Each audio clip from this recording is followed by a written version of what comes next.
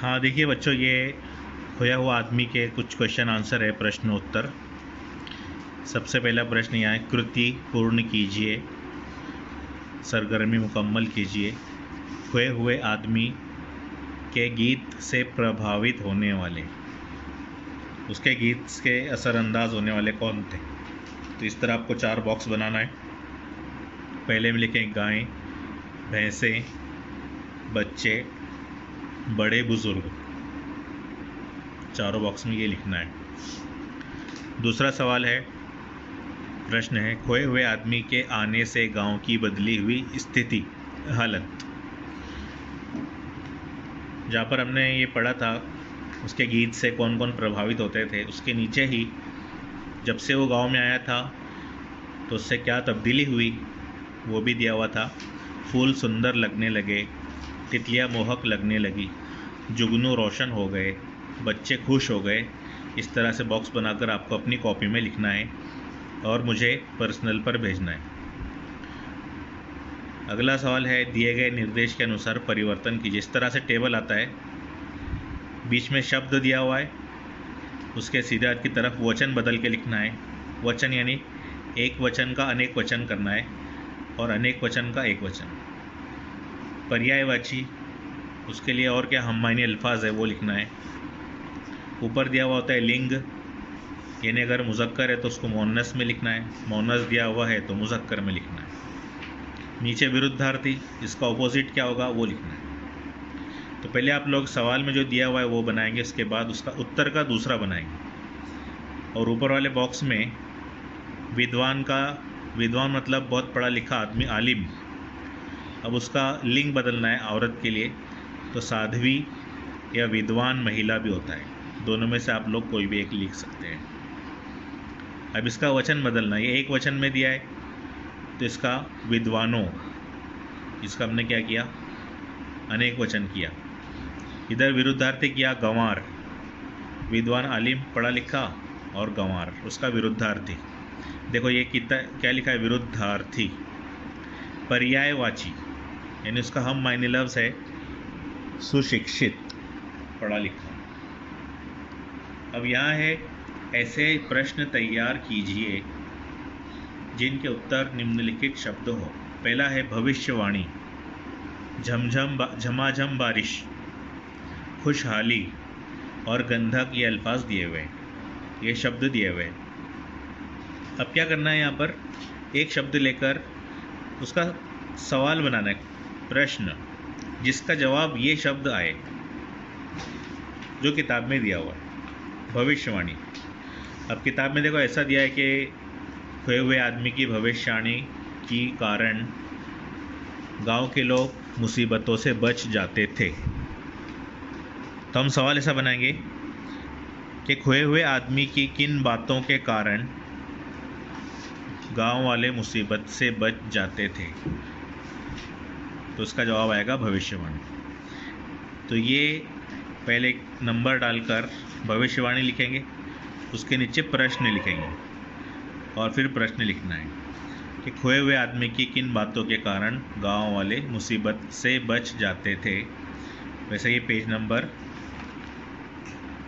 4 पे दिया हुआ है। दूसरा है झमाझम बारिश, इसका वाक्य ऐसा दिया हुआ है किताब में कि बड़े बूढ़े झमाझम बारिश में बारिश का मज़ा आनंद लेने लगे। तो हम प्रश्न ऐसे बनाएंगे कि बड़े बुज़ुर्ग कहाँ भीगने का आनंद लेने लगे, उसका उत्तर आएगा झमाझम बारिश। तो दो नंबर डाल के लिखेंगे झमाझम बारिश, उसके नीचे उसका प्रश्न लिखेंगे। तीसरा दिया है खुशहाली,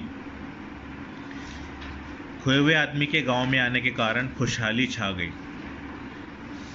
खोए हुए आदमी के गांव में आने के कारण क्या छा गई? गंधक,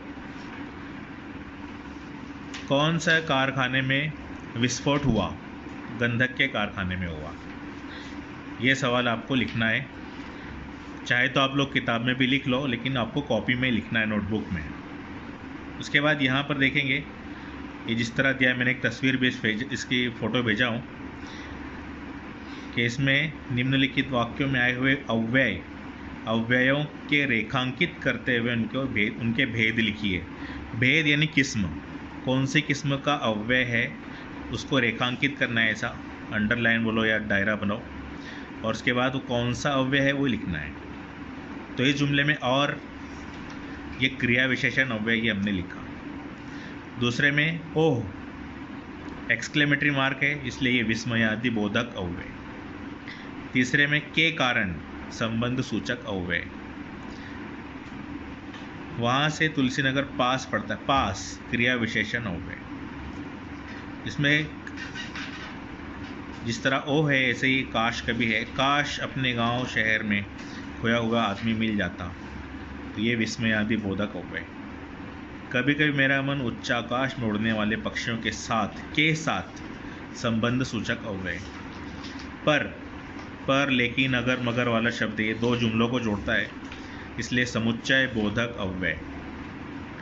जल्दी क्रिया विशेषण अव्यय, ये आपको लिखना है। अगला प्रश्न है, निम्न अव्ययों का सार्थक वाक्यों में प्रयोग कीजिए। सार्थक वाक्यों में प्रयोग कीजिए यानी कि जुमले में इस्तेमाल, वाक्यों में प्रयोग। अब परंतु को जुमले में इस्तेमाल करना है। मैं विद्यालय गया परंतु विद्यालय बंद था।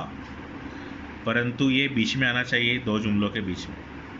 मैं विद्यालय गया एक जुमला, विद्यालय बंद था दूसरा। अरे रे रे रे, अरे रे रे रे दूध गिर रहा है तीसरा। के सामने, स्कूल के सामने मेरा घर है चौथा। धीरे धीरे, गाड़ी धीरे धीरे चल रही है पांचवा। इसलिए हेडिंग देंगे इनकी, हेडिंग देने के बाद नीचे लिखेंगे, इसको अंडरलाइन करके डैश लगा के वाक्य नीचे लिखेंगे वाक्य, और फिर जुमला बनाएंगे। इस तरह आपको ये लिखना है, ध्यान दो। इसलिए